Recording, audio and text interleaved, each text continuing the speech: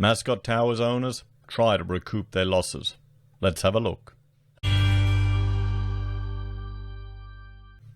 Hello everyone, Florian.heise here, and welcome to another episode of HeiseSays. Grab your stein of coffee. We're going to have a talk about Mascot Towers, the ongoing saga that we've been discussing for over a year here on the channel, and which has brought to attention just the potential risk of buying an apartment building here in Australia. Now, I've been mapping some of the different construction issues that have been going on around Australia, and I have a term for a portion of Sydney, which I call the Triangle of Fail between Sugar Cube, Mascot, and Zetland. If you go back, you can see this was all industrial area north of the airport here. Lots of industrial production. And now, because of that, there's contaminated water everywhere in it. This contamination is slowly seeping on the water table down to Botany Bay. So you can't even drink or get water out of the ground there. It's that dangerous. But of course, what do you do when you have industrial land that you no longer need to use as industrial land? You build apartments on them, and you build lots of units on it. And the market gets overheated, and there's lots of potential issues there. So let's have a look, because this saga for Mascot Towers has been going on for some time now. We've been discussing it since it began here on the channel. And I mean, some of the things that we've discovered, some of the things that we've seen, and the human side to this it's heartbreaking, really. You've got to feel sorry for the people that have been going through this. Because we can talk about strategies you can use to protect yourself when you're looking to buy one of these buildings. You get a defects inspection or a building and pest inspection. You know, get someone to come in, do an inspection of the building. Then you get the report, you look at it, and it's got all these caveats that pretty much don't make it worth anything other than a way to try and get out of a contract, really. You can look at an apartment, you know, go down into the basement, try and, you know, see what's going on there, talk to people, but there's still a potential risk. We saw what happened in Darwin. A gentleman bought into a building which had structural issues. The government was already aware of that. The government had known about it for a year. The guy bought into it. 2 months later, boom, this all hit in the media. There's an element of risk to everything. We can't forget that. But this has been an ongoing saga, and I feel for the people that have been going through this, because some of the stories are just, it's gut-wrenching. So let's have a look at these owners and their last-ditch attempt to recoup something. Because you've got so many people here which are all, you know, competing with just different interests. You've got the owners of the apartments. Some of them want to get out. Can you blame them? Just get on with their lives. You've got the retailers down below. They've invested all their time and money into these businesses. They don't want to lose those. You've got people pushing to sell the whole thing, demolish it, and start again. I mean, who will ever want to buy one of these apartments? There's always going to be a stigma with it, sadly. So, let's look at what SBS has written here. Owners in a last-ditch attempt to recoup losses 2 years after the Mascot Tower evacuation.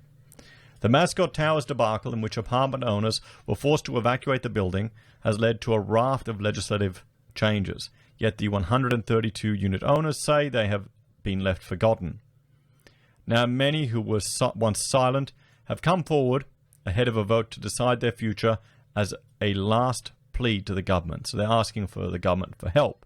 And this is one of the issues you'll find, that government legislation is reactive. It comes after. The government in New South Wales will implement a whole lot of the issues in the Shergold-Weir report. You know, the suggestions that were made years before this even happened, but not before this building was built. This is the problem with construction. The timeframes are so long. You know, that's why my push is to advocate for market-driven solutions where consumers have certain demands on developers. And then that starts shifting the market from the ground up, not from government down. So, June 14th will mark 2 years since the residents of the Mascot Towers were abruptly told to evacuate their apartment due to structural concerns. Engineers became concerned after discovering cracks in the basement of the 10-story block on Burke Street, just south of the CBD. Yet since then, the unit owners have continued to pay their mortgages, levies and insurance for a ghost building that cannot be occupied or sold. It's breaking families, says one Japanese unit owner who wishes not to be named. People are depressed. Couples have divorced. Some are in the state of denial. It's a complicated issue, even for native speakers of English. This is from the SBS Japanese radio station. And for many immigrant owners, they say it has just been too overwhelming. Many have kept quiet for the past 2 years, afraid of jeopardizing the litigation as well as the risk of defamation. But now many have come forward one by one. I feel like this is the last opportunity to make noise, says a Japanese owner who has occupied her unit for 10 years. It's financially not viable. SBS Japanese understands that the Mascot Towers was more than 6 years old and outside of the builder's warranty when the defects began appearing. The developers have gone into liquidation, and although $15 million has so far been used for remediation, the building is now said to be financially not viable. This is the thing when you're throwing good money after bad. Because, you know, with construction, with building, with doing anything like this, there's always latent conditions. There's always the unknown. An example from myself right now. I've demolished my whole deck in the front of my house that I'm replacing. And because I've demolished that, I've actually managed to get a clear picture on some of the floor joists that are supported by beams. And I've noticed that a couple of them aren't quite joining appropriately to it's a 100-year-old house, guys, to the beams underneath. So I'm going to have to get something, a steel little sleeve, fabbed up and slid on there to join it all together. Now that is something that's a latent condition. I may have noticed it if I went underneath, but you always need to have some money set aside for these type of things because you don't know what can happen on a construction project. Generally, the rule of thumb is about 10%. Now this is even a bigger issue because they say they can repair it potentially, but they may not be able to because of the unknowns, because of the latent conditions, because of what could happen, what couldn't. It's a scary prospect to be involved in a project like that. I'm old and risk averse enough now that I probably wouldn't even go near it anymore. So you can see why when they're spending all this money, they may be being said, okay, we've got a solution that might rectify it. It may not. The progress has been slow, and every day is money. Something like this has never happened in Australia, so there are no laws to protect us. The strata law makes us owners have ultimate responsibility, says Alex Chan, who bought his unit 10 years ago. See, and here's the thing. We've looked at the dilapidation report that was done by the neighbouring development here that Mascot are in issues with. There have been construction or damage to the building for some time. So last-ditch vote is imminent. The owners must now vote to decide on the fate of the tower. Collective sales, which will still incur a loss of 70 to 80% of the original price. For the majority, though far from ideal, a collective sale is the only way to end this ongoing nightmare. I mean, this is the thing. Could you just imagine having this weight on your back? You couldn't sleep. You couldn't eat. It would stress you out. And this is the problem when you buy into something like this. You're buying into a little collective. You've got to have everyone agreeing to it. Whereas if you've got your own place, it's yours as much as, well, within limits of freedom that our state dictates, but still, it's you and the wife deciding. I just want to move on with my life and have certainty, says a young mother whose child was only 2 months old at the time of the evacuation. The possibility that all 132 owners will be bankrupt will be real if collective sales don't go ahead, said an airline worker who only resumed his job recently due to the pandemic. But for others like Benjamin, not his real name, it is nothing but a death sentence and is strongly against the sale. I'll be $500,000 in debt and homeless. Well, mate, you got to bankrupt. You've got to bankrupt. Benjamin has strong hopes for winning legal action against the developers of the neighboring building, which will bring down the repair cost drastically, making it more financially viable. See, this is the hope. But are you throwing good money after bad? What if you don't win?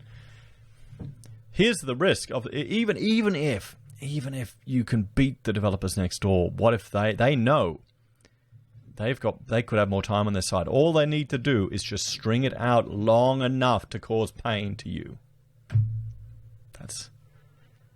That's the risk. Do you have enough money to fight it sometimes? This is why I met an engineer.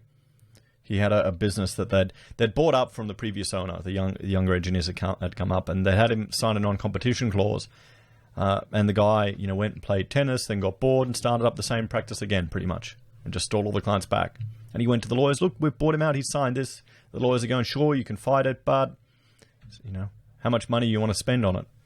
And the courts are going to say, well, you can't stop him from earning a living. So now he signs anything and doesn't care. It's only worth the paper that it's written on it. It's a game with the legality of these things sometimes. Because there's no guarantee you'll win. And there's no guarantee the developer, maybe they can Phoenix it, maybe they can get out of it. It's a mess. Such a mess. The owner's corporation will require 75%. Okay, only 75%. I thought 100. In favor for a collective sale to go ahead. However, with 132 unit owners, all in various financial situations, depending on when the property was purchased and life stages, agreeing on anything is near impossible, especially without a compulsory strata manager. So all voices need to be heard. Everyone is fighting for their own interests, said Benjamin, who feels that there is a high tension among the owners, such that voicing anything that goes against a collective sale is met with unwelcoming reactions. The group of dissenting owners are feeling uncomfortable with the strong push for a sale. It's not in the best interest for everyone. Well, welcome to socialism, guys. Welcome. All voices need to be heard, said another dissenting owner who had only bought the property months leading up to the evacuation. Could you imagine being the person who just sold? We haven't heard anything in the media from someone who just sold out a Mascot. You wouldn't want to dare say it, would you? But how good would you feel if you just got out? Oh boy. If collective sales go ahead, those who should be held accountable will be celebrating with champagne. It will be a case closed. The owners, however, agree on one thing: the government needs to step in. We are everyday ordinary people left on our own to fight, said a young Chinese mother.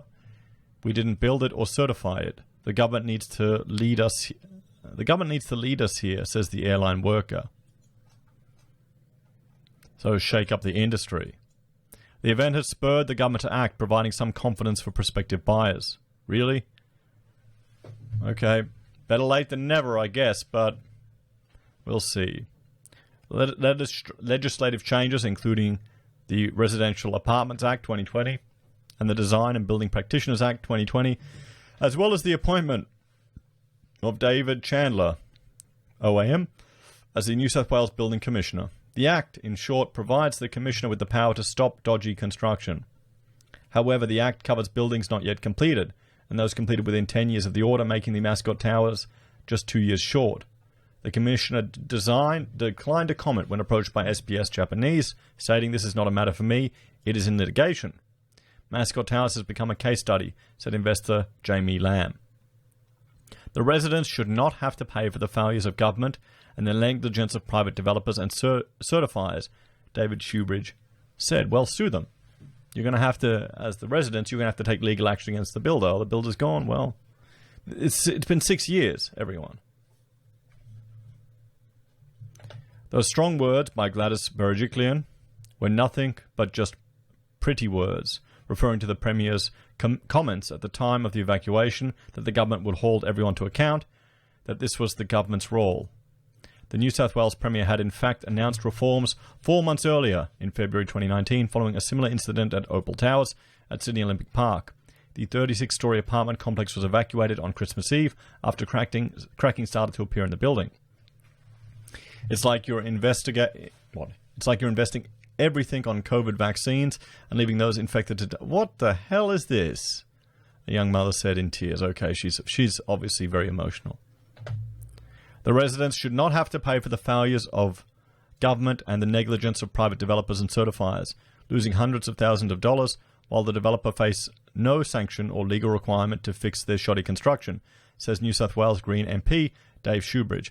Unfortunately, Dave doesn't understand construction or the process. He doesn't get it. Here's the thing. What caused this damage? It still hasn't been resolved. There's different approaches. There's arguments of what the issue is. But what if it was a maintenance issue that had manifested over time? Then who is held accountable?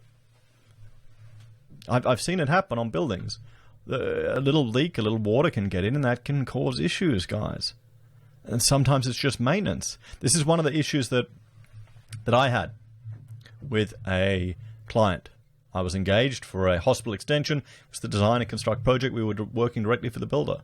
And the way they wanted to join this building to another building, I didn't agree with, because it would allow potential water ingress into the extension part of the building from gutters, you know, if you had really heavy rainfall.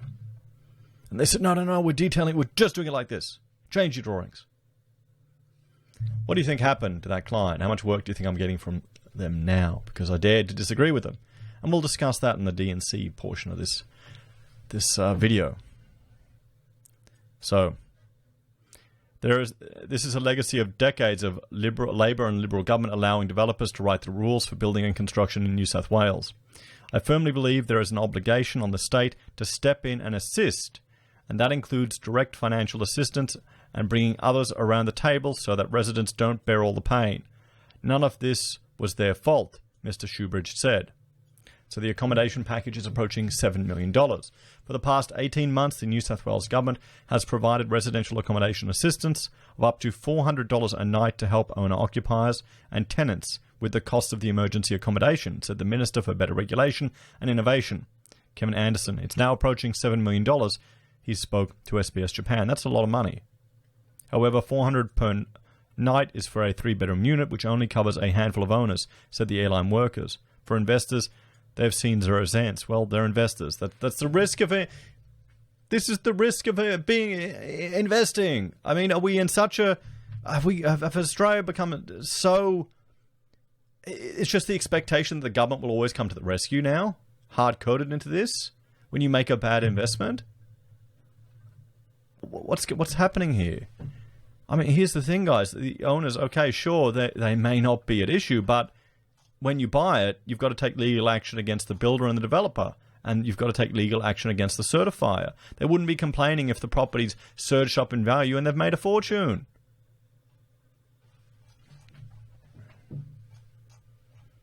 Come on. So, there may be a general consensus in society that investors have money, says the Japanese investor. But that is not true for everyone. Some people who own an investment property may be renting themselves. Well, that's the risk you take. That's the risk. Putting an investment before you sort out your own home.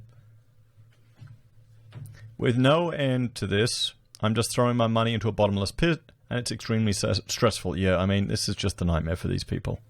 The government does not own the building, and our role is limited to providing technical advice and accommodation assistance for residents, says Kevin Anderson.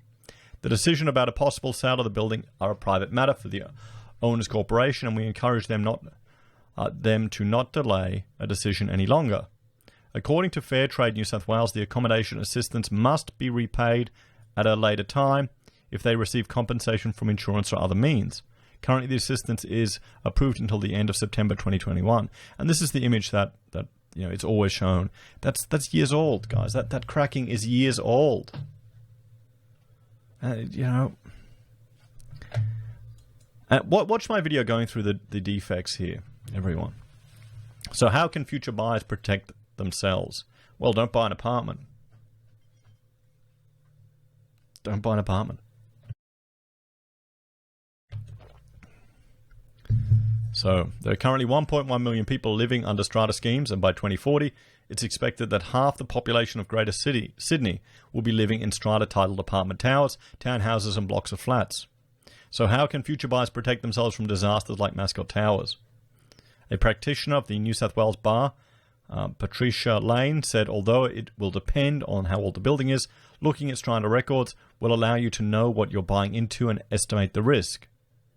These reports are long and complicated, so it's essential to have someone who is able to interpret them, to identify any area of potential risk and know the history of the building. Unfortunately, like the young couple of the Mascot Towers, who have done thorough due diligence just 2 months prior to evacuation, have found the system is full of holes. Owners will now vote for the fate of the tower, ultimately deciding on the lives of 132 owners and families. Can you really blame the system, guys? Can you blame the system? What do you think? I feel sorry for the people here. A lot of them are calling on the government to intervene. I'm worried the government intervention is just going to be a band-aid and just create more complexity, everyone. More complexity. I've got some other solutions to this. And let's go through them. Let's discuss them. Now, the first is dual certification or multi-certification in the process, everyone. We'll jump over here and you can see this. I did a video called Solving the Construction Industry Corruption. But because a lot of projects in Sydney have had like dodgy certifiers providing certification to buildings, or a temporary building classification or a temporary occupation allowance, and it's been sitting there for 10 years like that. What you can do in New South Wales is, say you've got we did this on a whole lot of Lorna Jane little fit outs down there. Say you've finished the building, but there's one or two little things you need to change. So it's practically complete. They can give you a certification that is temporary until you rectify one or two issues. Say you need to move a sprinkler. You're not getting the exact code spread, but you're getting enough to mitigate the risks. Those type of things. These were being applied to evacuations for buildings that needed all of the evacuation stairs redone because it didn't meet the clearance distance. All this messy stuff and sitting there for years. So this is why in this video I discussed the approach of having multiple certifiers to try and address this issue. So they need to have a consensus, and if not, there's a third. And we'll go through this, all of these topics tomorrow in a special video. And then design and construction. This is where we're moving away from traditional procurement, where everyone goes under the builder. So the developer puts all that risk on the builder. But then you've got an issue, because if you make that builder upset, you're working for them, you may not get any work from them anymore. That means the traditional policemen in the construction industry, the architect and the certifier, are now working for the person building it. We need to also bring back clerk of works or clerk of works as well, and that these need to be pushed from bottom up, everyone. We need to look at public education. We need to have market people demanding certain things from their developers and certain things from the market. We need a dual or a tri-certification system. It's not that big a cost on big projects. When you can market it, okay, as a developer, this is what we do to ensure your building is proper. We've got 2 certifiers. We've got a clerk of works going on site. We're not using a design and construct procurement method. These are the assurances. So it's a marketing point of difference. We just need to get the public aware and educated, because the government only comes after the disasters have occurred, not before. You can't depend on them to come before. If they come before, well, they can often overreact. You can't even open a window half a meter now here in Queensland, or in any house if it's a bedroom on a second story, because the legislation changes, because some people went hysterical and kids falling out of beds at hospital. So there we have it, everyone. Check out my video tomorrow where we'll go through these 2 solutions, the multi or dual certification, and some discussions about building procurement. I feel sorry for these people in Mascot Towers. Really is nothing they could have done. As always, thanks for watching. Please like, share, and subscribe to the channel. If you're a fan and enjoy the content I create here, there are a few ways you can support us. You can join us on YouTube or Patreon. You can support us by signing up for SelfWealth or Stake, buy a merch from HeiseSays, use Gold Pass from the Perth Mint, or support us via PayPal. Take care. I'll see you next time. Bye for now.